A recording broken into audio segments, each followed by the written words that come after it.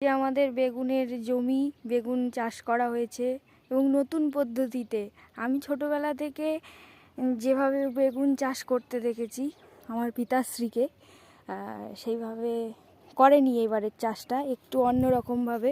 এই যে নেট দিয়ে ঘেরাও করে দিয়েছে, আর খুব কাছ থেকে যদি দেখাই, এটা ওই প্লাস্টিক দিয়ে চাপা দেওয়া হয়েছে, আর তার মাঝখানে ফুটো ফুটো করে একটা চাকতি বা গ্লাসের সাহায্যে ফুটো করে সেখানে গাছের চারাগুলোকে রোপণ করা হয়েছে। এই যে চারার অবস্থা।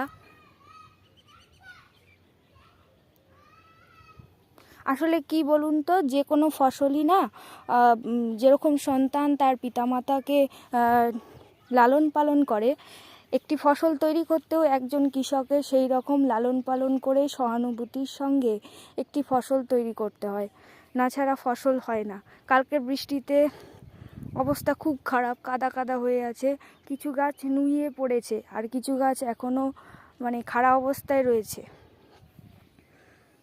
এই যে অবস্থা।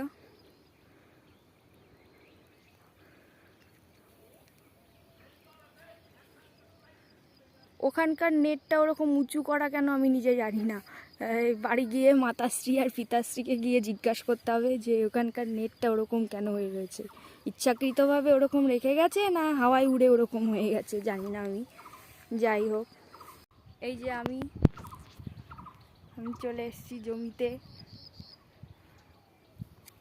পটলের জমি আছে, পটলগুলো বড় হয়নি, দুই একটা হয়েছে।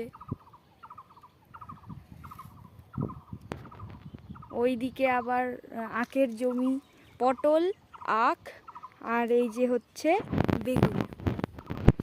দু একটা লঙ্কার চারাও লাগানো হয়েছিল। চলুন তো ওই দিকটায়। লঙ্কার চারাগুলোর অবস্থা খুব একটা ভালো নয়, এই যে দেখুন।